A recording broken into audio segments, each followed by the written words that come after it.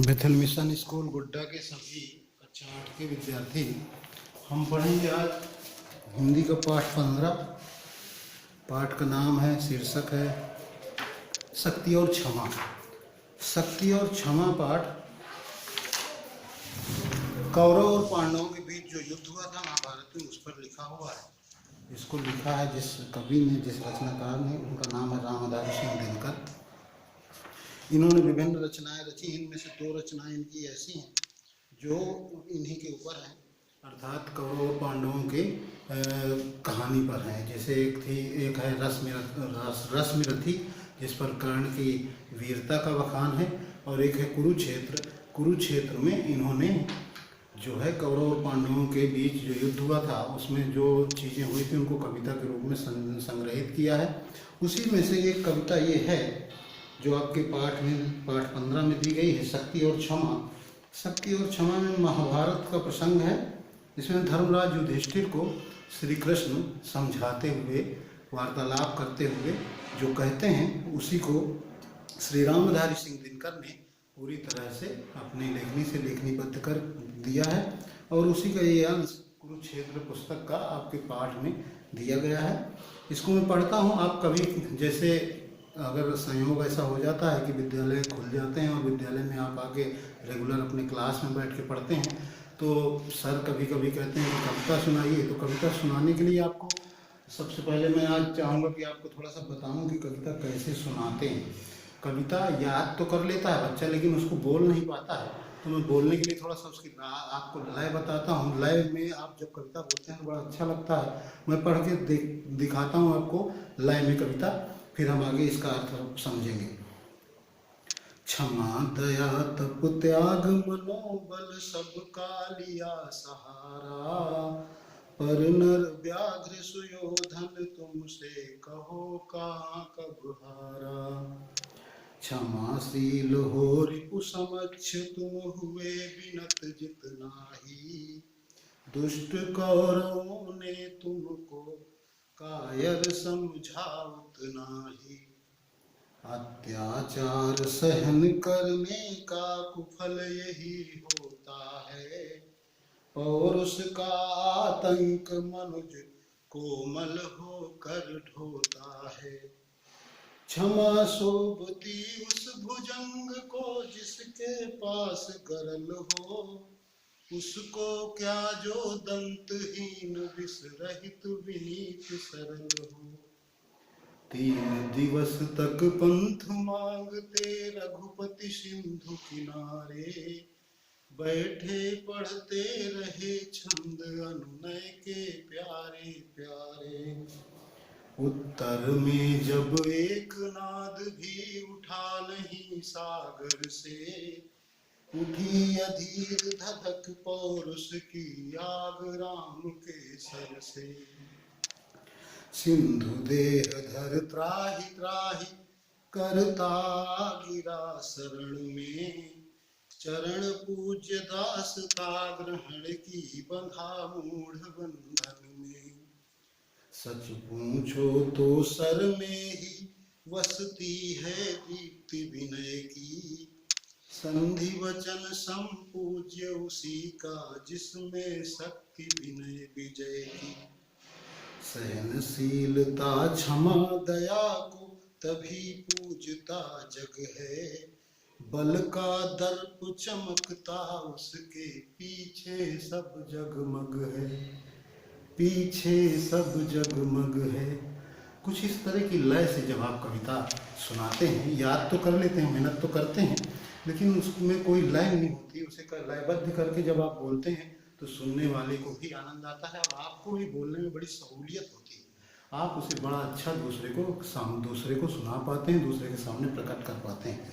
तो चलिए हम इसको पढ़ते हैं। इसका प्रसंग ये है कि युधिष्ठिर ने संधि प्रस्ताव भेजा था दुर्योधन के पास। तो दुर्योधन ने जब वहाँ गए थे, स्वयं श्री कृष्ण गए थे, और श्री कृष्ण से उसने कह दिया था कि मैं पांडवों को सुई की नोक के बराबर भी अपनी प्रॉपर्टी में हिस्सा नहीं दूंगा। अर्थात जो राज्य था उसका वो चाह रहे थे कि थोड़ा भाग कौरव लिए रहें और थोड़ा भाग पांडव ले लें। तो इस बात पे वो नाराज हो गया और उसने कहा कि मैं सुई के नोक के बराबर इन पांडवों को जमीन नहीं दूंगा। जब लौट के श्री कृष्ण आए और युधिष्ठिर से बताया तो युधिष्ठिर तब भी यही कहते रहे कि नहीं, ये समझौता कर लेते हैं, युद्ध करना ठीक नहीं है। तभी श्री कृष्ण ने उनको समझाया था कि इतना क्षमाशील, इतना सरल, इतना विनम्र बन के कुछ पाया नहीं जा सकता, क्योंकि जो शक्तिशाली होता है उसी के अंदर ये सारे गुण शोभा देते हैं। अगर हम बहुत सीधे साधे बन जाते हैं तो हमें सबको ही दबाने का प्रयास करता है। उदाहरण देते हैं सर्प का, कि सर्प जो विषैला होता है, वो सर्प जो है, जो विषैला होता है, जहर जिसके दांतों में होता है, वो क्षमाशील, उससे लोग क्षमा मांगते हैं, उसे देख लेते हैं तो डरते हैं और कहते हैं मुझे क्षमा करो, आप जहाँ जाना चाहो चले जाओ। मतलब वो जिसके अंदर ताकत है, जिसके अंदर शक्ति है, उसको लोग डरते हैं उसकी। और जो सरल होता है, जैसे जो दंतहीन और सीधा साधा सर्प होता है, उसको लोग कुचल के भी निकल जाते हैं। ऐसा उदाहरण देते हैं और कहते हैं कि आगे और कुछ जो भी अब इस कविता के अर्थों में सामने आएगा वो हम देखेंगे। पहले हम पाठ शुरू करते हैं। तो पहली पंक्ति है, क्षमा दया तप त्याग मनोबल सबका लिया सहारा, पर नर व्याघ्र सुयोधन तुमसे कहो कहाँ कब हारा। यहाँ पर श्री कृष्ण बोल रहे हैं और युधिष्ठिर सुन रहे हैं। मतलब श्री कृष्ण का युधिष्ठिर के साथ संवाद हो रहा है, बातचीत हो रही है। तो कहते हैं क्षमाशील, क्षमाशील एक गुण, दयावान, तपस्या आदि, त्याग आदि, मन की शक्ति, इन सब का तुम हे युधिष्ठिर तुमने सहारा लिया। लेकिन पर नर व्याघ्र कहा गया है यहाँ दुर्योधन को। सुयोधन जो लिखा है वास्तव में दुर्योधन का वही नाम था, सुयोधन, लेकिन उसके गुणों के कारण, जो उसमें अवगुणों की भरमार थी, इस वजह से उसे दुर्योधन कहा गया। तो यहाँ पर सुयोधन दुर्योधन के लिए आया है। तो कहते हैं श्री कृष्ण कि वो नर के समान, नर, ऐसा नर जो व्याघ्र के समान शक्तिशाली था, बाघ के समान शक्तिशाली नर के बारे में कह रहे हैं कि दुर्योधन जो है वो ऐसा है जो नर होने के बावजूद पशुवत आचरण करता था। पशु के समान आचरण करने के लिए भी ये प्रयोग हुआ है और ये भी बताया गया है कि वो बहुत शक्तिशाली है, जैसे एक बाघ शक्तिशाली होता है, ऐसे बाघ के समान शक्तिशाली नर है।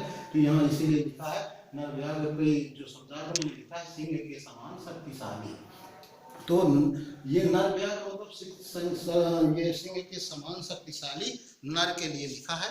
और यहाँ सिंह के समान शक्तिशाली नर, नर का मतलब होता है मनुष्य, आदमी।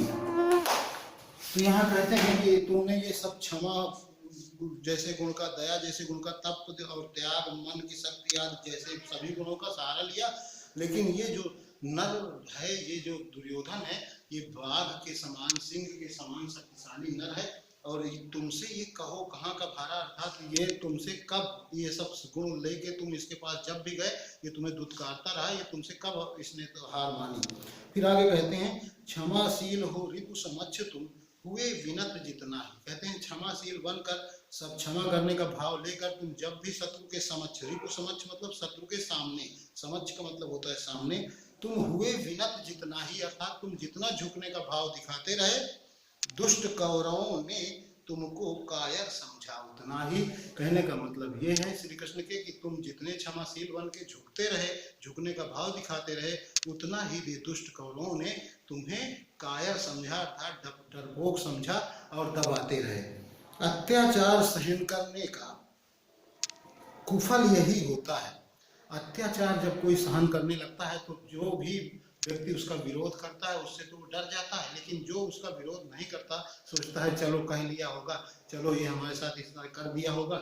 ऐसे लोगों का क्या होता है, कुफल यही होता है, मतलब बुरा परिणाम ये होता है क्या, पौरुष का आतंक मनुज कोमल होकर होता है। अर्थात उस अत्याचार करने वाले व्यक्ति का पुरुषत्व जो उसके अंदर है, उसका जो आतंक वो करता है, मतलब जबरदस्ती वाले काम आपसे करवाता है, आप नहीं चाहते हो फिर भी सहन आप कर लेते हो, इसलिए वो आपके ऊपर, वो सब कोमल हैं, आप सहज हैं, आपके अंदर शालीनता है, इसलिए वो आपसे करवाता है और आप उसे आराम से तो नहीं लेकिन बिना मन के भी ढोने का प्रयास करते हो, अर्थात उनको सहन करते हो। अब कहते हैं आगे की पंक्ति में, क्षमा शोभती उस भुजंग को जिसके पास गरल हो। अब उदाहरण देते हैं कि क्षमा उस भुजंग अर्थात सांप को शोभा देती है जिसके पास विष होता है। गरल का मतलब होता है विष, विष मतलब जहर।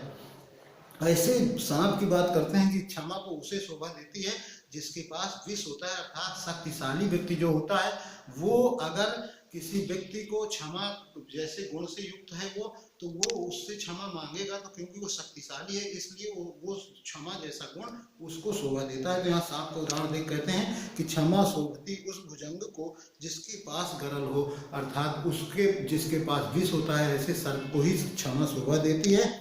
उसको क्या जो दंतहीन विष रहित विनीत सरल हो। यहाँ पर कहते हैं कि ऐसे सर्प को शोभा नहीं देती है जो दांतों से हीन हो, अर्थात विष के दांत उसके ना हो, और क्या हो, विष रहित मतलब विष से रहित हो, विनीत हो। विनीत का मतलब इतना विनम्र हो, सीधा साधा हो, सरल हो। सरल वही होता है जो सीधा साधा होता है, इसीलिए प्रयोग किया कि विनीत, विनम्रता, सरलता और विष से रहित सर्प को क्षमा शोभा नहीं देती, अर्थात उससे कोई क्षमा क्यों मांगेगा, उसी के ऊपर लोग चढ़ के निकल जाते हैं, ऐसा श्री कृष्ण बताते हैं युधिष्ठिर को। फिर आगे है 3, अब उदाहरण देते हैं भगवान राम का। राम जब लंका सीता को रावण उठा ले गया था, तो सीता के खोज के लिए उन्हें समुद्र पार करना था, तो समुद्र से वो पहले विनम्रता दिखाते हैं और उससे रास्ता मांगने के लिए बैठ जाते हैं समुद्र के किनारे। तो वही पंक्ति में वही लिखा है, श्री कृष्ण ने बताया है युधिष्ठिर को कि 3 दिवस तक पंथ मांगते रघुपति सिंधु किनारे, अर्थात सागर के किनारे 3 दिनों तक वही राम, रघुपति मतलब राम, पंथ मांगते मतलब रास्ता मांगते रह गए। कर क्या रहे थे, बैठे पढ़ते रहे छंद अनुनय के प्यारे प्यारे। कहते हैं कि उस सागर के लिए वो बहुत अच्छे अच्छे छंद, बहुत अच्छे अच्छे श्लोक पढ़ के प्रार्थना उसकी करते रहे, 3 दिनों तक करते रहे। पर क्या हुआ, उत्तर में जब एक नाद भी उठा नहीं सागर से, मतलब उत्तर श्री राम को समुद्र की तरफ से कुछ नहीं मिला। नाद मतलब होता है स्वर, आवाज, मैंने यहाँ लिख रखा है, नाद का मतलब होता है स्वर या आवाज। इस आवाज जब सागर की तरफ से कुछ नहीं आई, उनकी विनम्रता का उसने कोई मतलब नहीं समझा, वो उसी तरह बना रहा, उसने बिल्कुल ध्यान नहीं दिया राम की उस प्रार्थना पर। तो फिर क्या होता है, राम क्रोध में आ जाते हैं और उठी अधीर धधक पौरुष की आग राम के सर से। सर का मतलब होता है बाण, आग का मतलब तो आप समझ ही रहे हैं। यहाँ कहते हैं कि अधीर होकर श्री राम के बाणों से आग धधक कर पुरुषत्व दिखाया श्री राम ने अपना, और क्या किया, अपने धनुष में बाण चढ़ा लिया और उस बाण से निकलने वाली आग जो धधकती हुई थी वो निकल पड़ी। क्रोध में आ गए राम और समुद्र की ओर बाण धनुष में चढ़ाकर जब ऐसे सामने उनके कर दिया समुद्र के, तो समुद्र को उस बाण से निकलने वाली आग से तकलीफ हुई। तो क्या करता है समुद्र फिर, सिंधु देह धर त्राहि त्राहि करता आ गिरा शरण में। वही सागर, वही समुद्र, सिंधु को मतलब सागर, समुद्र, देह धर मतलब शरीरधारी बनकर, शरीर धारण करके, त्राहि त्राहि का मतलब होता है बचाओ बचाओ, मैंने यहाँ लिखा है त्राहि त्राहि बचाओ बचाओ का आवाज करता हुआ कहाँ आया, आया करता आ गिरा शरण में, बचाओ बचाओ की आवाज करता हुआ श्री राम के शरण में आ गिरा, अर्थात चरणों में आ गया। क्या कहा फिर किया, चरण पूज्य दासता ग्रहण की बंधा मूढ़ बंधन में। वो उस सिंधु ने, उस सागर ने राम के चरणों की पूजा की और उनकी सेवकाई ग्रहण की, दासता ग्रहण की, उनका दास बन गया। और इस प्रकार से वह मूढ़, मूढ़ का मतलब होता है मूर्ख, वह मूर्ख बंधन में बंध गया। किस बंधन में बंध गया, दासता के बंधन में बंध गया, अर्थात वो श्री राम का सेवक बन गया। ये उदाहरण देते हैं। अब बताते हैं युधिष्ठिर को कि सच पूछो तो सर में ही बसती है दीप्ति विनय की। अगर तुम मुझसे सच पूछ जानना चाहो तो मैं तुम्हें बताता हूँ कि बाणों में ही जो आपके विनम्रता की चमक है, विनम्रता की चमक, जो आप विनम्र बने हो, ये विनम्रता की चमक तो वास्तव में बाण में ही विराजमान होती है, बाण में ही होती है। सर का मतलब यहाँ बाण है और बाण मतलब तीर भी उसे कहते हैं। तो कहते हैं कि आप चाहे जितने विनम्र बने रहो, लेकिन वास्तव में उसकी चमक कहाँ दिखती है, आपके बाणों में दिखती है। फिर कहते हैं संधि वचन संपूज्य उसी का जिसमें शक्ति विजय की। समझौते का जो कार्य किया जा रहा था कौरवों और लोगों के बीच, उसके लिए कहते हैं कि ऐसी जो संधि में वचन दिए जाते हैं, अर्थात समझौते में जो एक दूसरे से वादा किया जाता है, वो उसी का आदरणीय होता है। संपूज्य का मतलब होता है आदरणीय होता है, उसी का आदर करते हैं लोग जिसमें शक्ति विजय की, जिसमें विजय करने की अर्थात विजय प्राप्त कर लेने की शक्ति होती है। यहाँ श्री कृष्ण युधिष्ठिर को समझा रहे हैं कि देखिए बहुत विनम्र बने रहने का ये नाजायज फायदा उठा रहा है दुर्योधन, तो हमें अब अपने पुरुषत्व को दिखाना होगा, हमें शक्ति दिखानी होगी, तभी ये हमें हमारा हक वापस करेगा, हमारे जितने का अधिकार हम रखते हैं उतना ये हमें देगा। फिर कहते हैं आगे, सहनशीलता क्षमा दया को तभी पूजता जग है। ये सारा संसार सहनशीलता और क्षमा जैसे गुणों को, दया जैसे गुणों को तभी पूजता है, मतलब उनका आदर सम्मान तभी करता है। ऐसे गुणों का बल का दर्प चमकता उसके पीछे सब जब जगमग है।